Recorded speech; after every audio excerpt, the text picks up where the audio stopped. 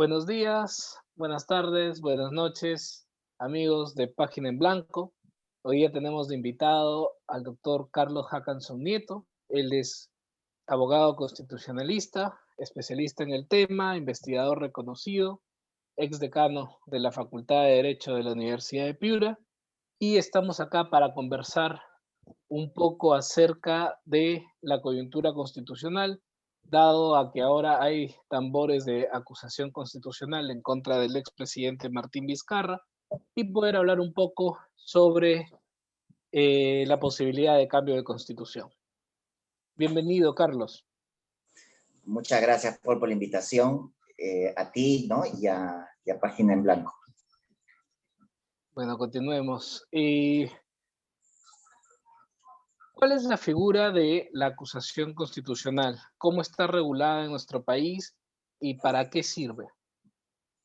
Esta institución es de origen inglés, ¿no? Británico, pero curiosamente es una institución que en Inglaterra luego conocía como el impeachment, ¿no?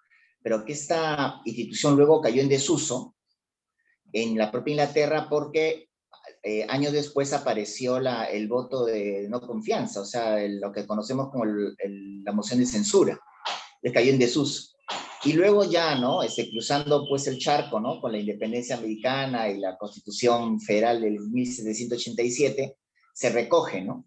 Entonces pareciera como que nace en Estados Unidos, pero no, es de un origen británico, pero que cayó en desuso a raíz de la mayor agilidad y velocidad, ¿no? De la moción de censura, ¿no? Es una institución, ¿no? Que, digamos, otorga, ¿no? Una condición especial a personas que ejercen o hayan ejercido en el Perú, ¿no? Una alta magistratura, ¿no? La Constitución, por ejemplo, reconoce en primerísimo lugar al presidente de la República, ¿no? En su condición de jefe de Estado, jefe de gobierno, a los miembros del Tribunal Constitucional, a los miembros de la Junta Nacional de Justicia, ¿no? Antes Consejo Nacional de Magistratura, a los vocales de la Corte Suprema, a los fiscales supremos, ¿no? Incluso al defensor del pueblo, ¿no? Que también es elegido nombrado por el Parlamento, ¿no? Al Contralor General, ¿no? Por cualquier infracción cometida a la Constitución y por cualquier delito que cometan en el ejercicio de sus funciones, pero añade, ¿no? Hasta 5 años después de haber cesado en estas. Obviamente, Martín Vizcarra ha sido presidente, fue vacado, ¿no? Lo que a mí me extraña de todo esto es que no con la vacancia se le inhabilitó para poder postular a cualquier cargo público. Fue una vacancia bastante trucha en la realidad, o sea, porque han debido vacarlo y es más, aunque no se diga, cómo una persona vacada por incapacidad moral puede candidatear a la presidencia. Al margen de que no haya renunciado 6 meses antes, ¿no? Al margen de que es un vacío, interpretación media leguleya que se ha hecho de la Constitución, porque esa no era la voluntad del constituyente, pero ha debido ser vacado y se entiende que está inhabilitado. O sea, eso pasó con Fujimori, era un antecedente anterior, ¿no? Claro, estaba expreso, pero como aquí somos el país del positivismo, de lo que no está escrito no existe, ¿no? Me parece que son concepciones antojadizas, oportunistas del derecho. Yo insisto que él debería materialmente ser una persona inhabilitada para postular, o sea, al margen del tema que nos concierne. Claro. Y además, como usted menciona, ha sido una persona que ha sido vacado por incapacidad moral permanente, ¿no? Lo que quiere decir que Así es, no señor. es, que sigue, ¿no? Y creo que de alguna u otra manera, con todo lo que está saliendo, está demostrando esa incapacidad, ¿no? Ahora, La confirma. claro, ¿cuál, ¿cuál es el procedimiento ahora que tiene el Congreso para poder aplicar la acusación constitucional? Bueno, es la comisión permanente, ¿no? La encargada de acusarlo, ¿no? La encargada de acusarlo, ¿no? Y de esta manera, una vez que de acusarlo, ¿no? Y que pueda de alguna forma tener un derecho de defensa, por decirlo así, ¿no? ¿Ah? Sería pues la tercera vez que va Vizcarra, 2 como expresidente y 1 como expresidente, ¿no? Se pueda votar, ¿no? Su acusación y luego de ser acusado, luego de aprobarse tiene que ser el pleno, no por los parlamentarios que han intervenido en la acusación con la comisión permanente, sino la diferencia, ¿no?, del pleno, ¿no?, votar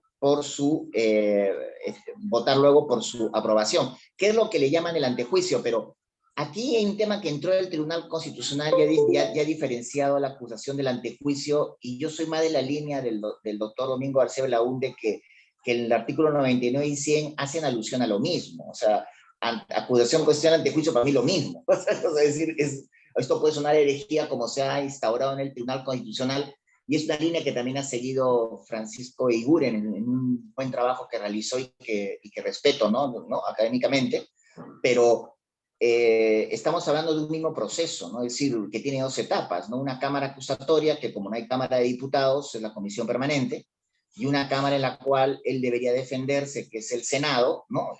Que ahora es el Pleno, ¿no? El Pleno, ¿no? Entonces, de ser aprobada, él estaría puesto a disposición de la justicia, pero en el ámbito, pues, decir, de la Corte Suprema, ¿no? La Corte Suprema sería primero, va al Ministerio Público, el fiscal de la Nación tiene, pues, que formalizar, sustanciar la denuncia, ¿no? Y esto tiene que llegar a la Corte Suprema, donde, pues, tiene que, con todas las garantías del debido proceso, ventilar su caso, ¿no? Ahora, viendo el tema de los plazos, es prácticamente imposible que pueda tener una conclusión de este proceso antes de las elecciones del 11 de abril. ¿Qué pasaría si es que Martín Vizcarra es electo congresista de la República y procede, digamos, esta acusación constitucional? Bueno, la propia norma contra la que ha excluido la inmunidad parlamentaria llevaría a que sea, es interesante porque con él siempre pasan cosas extrañas, ¿no? Él debería, como parlamentario, estar sometido, por ser un caso anterior, a la justicia ordinaria, ¿no? ¿No? A la justicia ordinaria, y un juez penal ordinario ver su caso. Pero como es un parlamentario que ha sido expresidente, ha sido presidente, entonces se crea una especie de simbiosis, ¿no? De que parece que teniendo que imputarle, ¿no? La competencia, otorgar la competencia a un juez o penal ordinario, a lo mejor dicen que él tiene derecho a que sea visto en la Corte Suprema por su condición de expresidente, ¿no? Entonces, la verdad, podían darse varias interpretaciones, ¿no? Pero un expresidente que vuelve al redil de la política y ahora es parlamentario, bajo las condiciones del artículo, debería someterse a la justicia ordinaria, ¿no? Perder su condición y lo que creo, porque creo que es como que ha vuelto a jugar, ¿no? Es como que ha vuelto a poner todos los dos en la bolsa y ha vuelto a jugar, ¿no? Y por tanto no puede ya atribuir su condición de expresidente, porque su condición ahora es la de parlamentario, ¿no? Y como candidato al Parlamento ha ganado una curul, pero por tener un caso pendiente debería ser conocido por el juez penal ordinario, ¿no? Aquí ya no valdría, ¿no? Esa condición de expresidente, como que, digamos que ante ella se ha superpuesto su actual condición parlamentaria, que está viva, que estaría vigente en caso que gane, ¿no? Siempre pasan cosas raras con él, ¿no? Siempre tiene condiciones, pero me parece que eso debe ser, y te agradezco la pregunta porque me has hecho pensar ipso facto, ¿no? Con lo que me estás diciendo, y he estado pensando en voz alta lo que puede ocurrir, y avisoro que esa sería la solución, digamos, más justa, ¿no? Él ha apostado todo por entrar al ruedo siendo tan parlamentario, y no creo que su condición de expresidente lo lleve a que luego y de ganar una curul, ¿no? Sea objeto de una... Si ahora se ve todo como antes que gane la curul, antes de elecciones, se resuelve la cuestión constitucional, sí, porque es presidente, pero si gana una curul, ya tiene una condición de parlamentario, ¿no? ¿De acuerdo? Y Tendría que haber un levantamiento. Así es. Entonces, sería irónico, ¿no? Que el que luchó tanto por la inmunidad y la consiguió, pues ahora no se le aplique, ¿no? Claro, ahora llama la atención, por ejemplo, el hecho de que la tacha por la que se le acusaba no tenía nada que ver con el tema de la renuncia a la presidencia 6 meses antes, sino tenía que ver Sí. con temas de acciones, de empresas, ¿no? Era una tacha, digamos, poco contundente. Yo no sé qué está pasando en el país en la realidad, porque pareciera que los políticos o la ciudadanía, cada uno va con su agenda propia y disparan cada uno por su lado, pero no hay una, digamos, una estrategia, y perdona que lo diga, pensada, inteligente, ¿no? Respecto a no se trata de perjudicar a nadie, sino se trata de realizar justicia electoral y ser objetivos, ¿no? Que hay bastantes elementos, ¿no? Y aquí, por ejemplo, es una vez más, ¿no? O sea, digamos, lo de los MS antes estaba claro, ¿no? También que la Constitución no dijera nada, también se presta una interpretación del Tribunal Nacional de Elecciones, ¿no? No colocaba al presidente porque el presidente era el presidente. Lo que pasa es que en el Perú se da el caso en que un presidente renuncia antes de acabar su mandato, lo vacan y quiere ser candidato, pero el espíritu, el constituyente, ¿no? Histórico, te hacía ver que también la idea es que pues el alto funcionario, ¿no? Pues, eran los altos funcionarios, y cómo no lo va a hacer el presidente, ¿no? Claro, es Pero como si el gerente renunciara para ser secretario. Es una así cosa muy extraña, ¿no? es.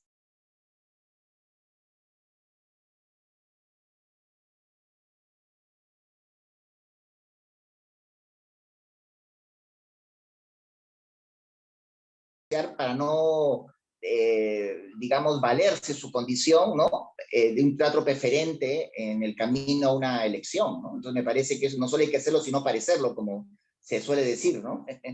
Como dicho popular. Ahora, hablando de planes personales, usted que lo ha mencionado, hablemos un poco de los planes de gobierno de algunos candidatos que han propuesto un cambio de constitución, ¿no?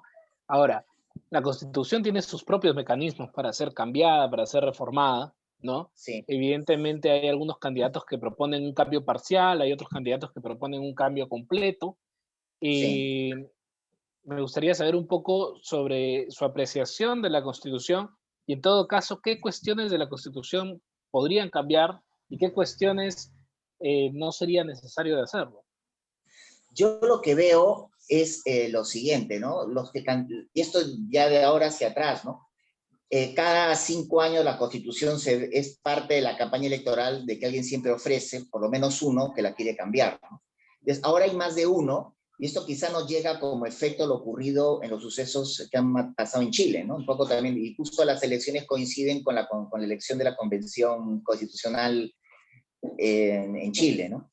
Eh, yo creo que hoy día plantear la reforma a la Constitución, primero, de momento es un error porque las constituciones nacen para ser modificadas, nacen para ser ajustadas, no para ser cambiadas. Este es un argumento que me baso, ¿no? En uno principista, ¿no? Que el Perú o como país latinoamericano no ha seguido, naturalmente, ¿no? O sea, no ha seguido. Nosotros hemos seguido desde la Constitución de Cádiz, hemos seguido, pues, lo que ocurrió después en Europa, ¿no? España cambió varias veces constituciones, mirando a Francia también que cambió varias repúblicas. Esta ha sido nuestra copia, ¿no? Cuando, perdonen que lo mencione Manuel Sieyès, cuando explica el tercer estado, pues lo explica como una manera, a través de una razón inteligente para explicar la Revolución Francesa, ¿no? O sea, una vez, ¿no? Pero después, perdóname la expresión, se prostituye esta idea y se empiezan a cambiar las constituciones cuando lo que se tiene que cambiar es hacer ajustes, ¿no? Y aquí en el Perú hay etapas interesantes, porque, por ejemplo, tú que sabes de historia, por ejemplo, tú ves, por ejemplo, hay una primera etapa, ¿no? Por decirlo así, la construcción de la Primera República, ¿no? Me atrevo a decirlo, ¿no? Me atrevo a decir lo que puede sonar herético aquí, ¿no? Es Constitución de 1823, 1826, 1828, consolidación de la República, ¿no? Ya ahí tenemos Estado unitario, República y visos de ser presidencialista, ¿no? Primera etapa.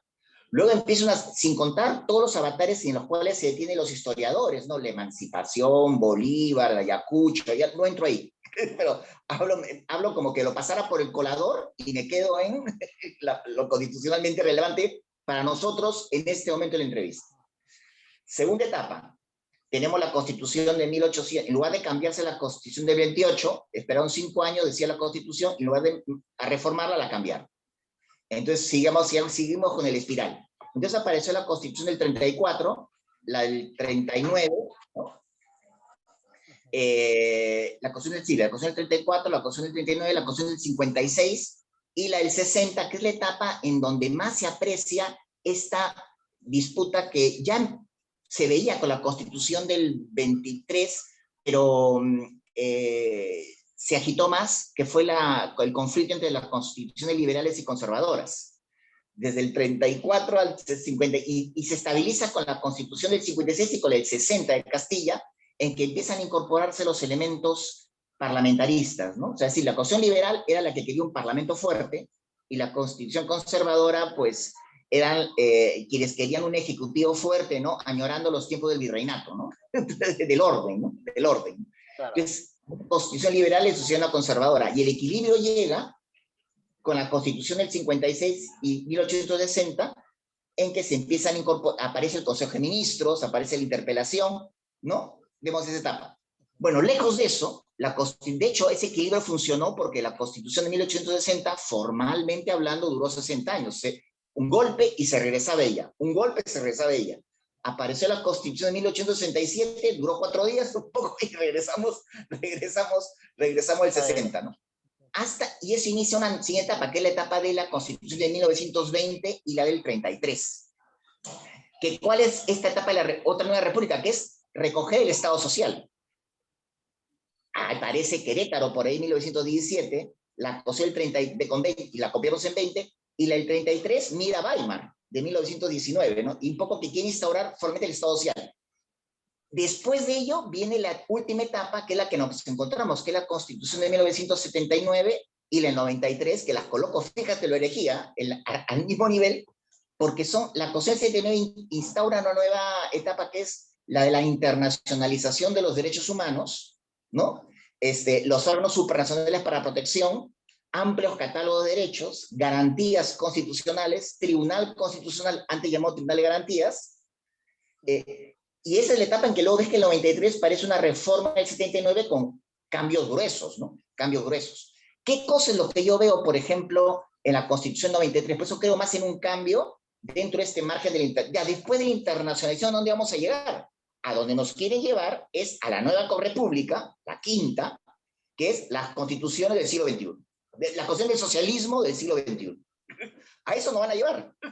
Esa es la etapa. Cuando lo prudente es que en la etapa en que nos encontramos de la máxima protección de los derechos, y justamente en esta etapa vemos que la Constitución 93, con sentencias importantes, interesantes, cuestionables, malas, de todo, para todos los gustos, ha desarrollado la Constitución tremendamente, ¿no? O sea, un cambio drástico en la Constitución supone un terremoto jurídico, por lo menos en la seguridad jurídica, de lo que ha dicho el tribunal respecto a la Carta del 93, en materia de todas las cosas, en materia penal, civil, laboral, tributaria. O sea, esto va a ser un cataclismo. No es como cambiarla antes, ¿ah?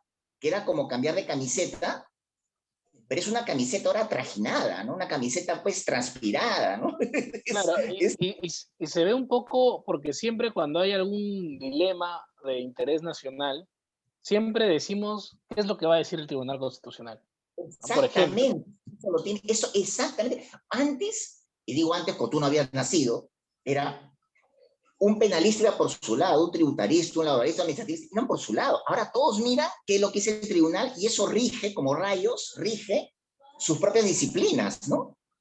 Estando en acuerdo o en desacuerdo lo que dice, ¿no? Hemos tenido un lío no hace mucho respecto a una deuda tributaria, ¿no? Y mira cómo está, aquí no hablamos de poder ejecutivo y legislativo, ¿no? Era una deuda tributaria, ¿no? Que se tenía que cobrar. Y esto lo ha visto el tribunal, ¿no? Ve una serie de temas incluso temas de la ONP, o sea, un montón de temas que llaman, que el tribunal tiene la última palabra, ¿no? Y eso marca, entonces, ¿cómo queda ese edificio, no? Entonces, es a partir del Tribunal Constitucional que se puede hablar de ordenamiento jurídico. Antes era una especie de collage de normas inconexas, sin un capitán que sea la Constitución, un comandante con la cual las ordene, ¿no?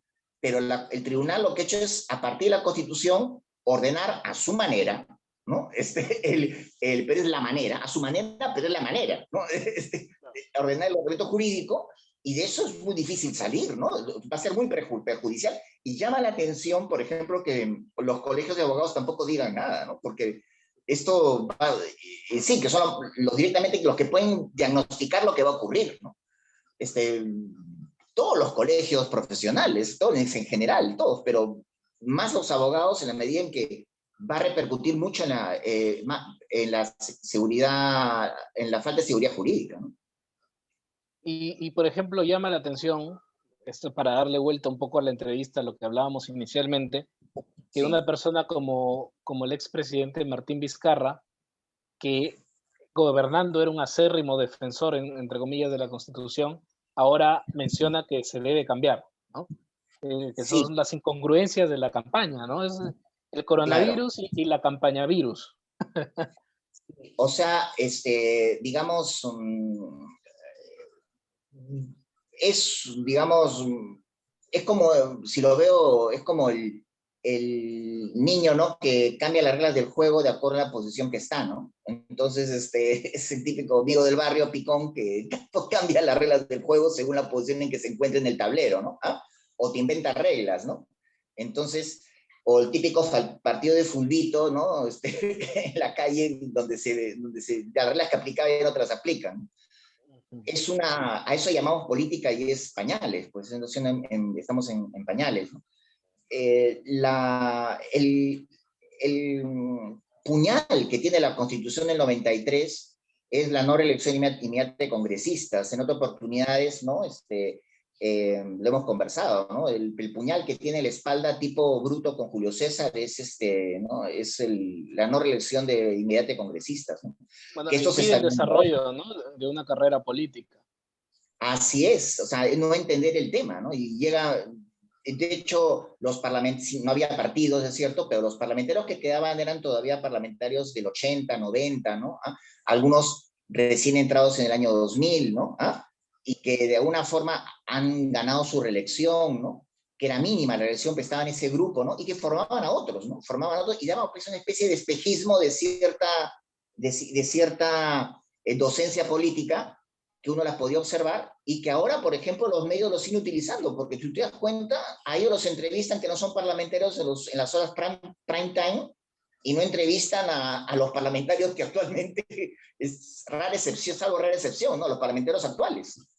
Más bien entrevistan a los parlamentarios que ya no lo son.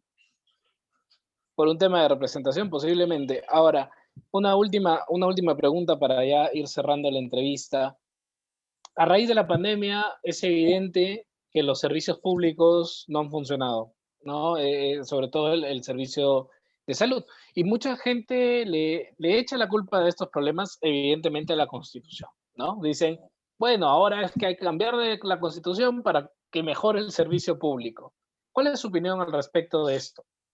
Que es demagogia, porque la Constitución primero instaura, ya desde el año 79, la del 93 también lo ratifica, la del 73 también, pero más del 79 con derechos sociales y más derechos sociales en la Constitución 93, que es el Estado Social Democrático de Derecho, ¿no? Y ahí uno puede advertir, si revisan la Constitución, toda una serie de artículos que obligan al Estado a tener una especial prioridad respecto a la educación, respecto a la salud, ¿no? Y a promover, por ejemplo, el empleo, ¿no? Y la inversión, ¿no? Entonces, por ejemplo, el artículo 7, ¿no? Todos tienen derecho a la protección de su salud, la del medio familiar y la comunidad, así como el deber de contribuir a su promoción y defensa, ¿no? Entonces, también nos dice, ¿no? En el artículo 9, el Estado determina la política nacional de salud, el Poder Ejecutivo norma y supervisa su aplicación. Es que no ha normado ni ha supervisado. Es un problema de la ley, es un problema de no poner en agenda los temas que importan, ¿no? Es decir, nos hemos dedicado a importar teorías que como toda democracia pueden ser muy debatibles, pero son foráneas, que vienen de países, de hemisferios, en donde todos tienen agua, luz, desagüe, educación, y nos pueden a debatir una agenda que la gente no entiende, cuando estamos en una etapa todavía primitiva, en que hay que hablar de agua, luz, desagüe, y eso no está en las campañas, ¿no? Tú miras los candidatos y creo que hay uno solo, ¿no? No voy a decir nombres, ¿no? Que es el que habla sobre cómo dar agua, cómo poner desagüe, cómo resolver, que son los temas primarios, ¿no? Estamos hablando de otros temas, pues, que para aquí son esotéricos, que todo se puede discutir, pero después de haber almorzado, después de ir al médico, después de cosas en esto, de saber que tiene los servicios básicos, ¿no? Como sociedad. Entonces eso, yo veo que son campañas que vienen para ser armadas desde fuera de la estratosfera y no se resuelven con cambiar la Constitución, se resuelven a través de la legislación, colocándole así patas, ¿no?, a lo que disponen las normas constitucionales. Lo que fracasó fue la política, lo que fracasó fue tratar los temas que importan, y eso es lo que ha hecho que pierda la conexión el ciudadano con el político, ¿no? La conexión, el feeling, está en que el ciudadano sienta que el político habla y transmite las cosas que él necesita. Pero la agenda es una agenda globalista, foránea, que se puede discutir, ¿eh? Por supuesto que se puede discutir, pero luego de haber hecho la tarea. Y eso no se ha hecho, ¿no? Listo, Carlos. Yo quiero agradecerte por tu amabilidad en otorgarme esta entrevista. Y a ustedes, amigos de Página en Blanco, no se olviden de seguirnos en nuestras redes sociales. Hasta la próxima. Muchas gracias a ti.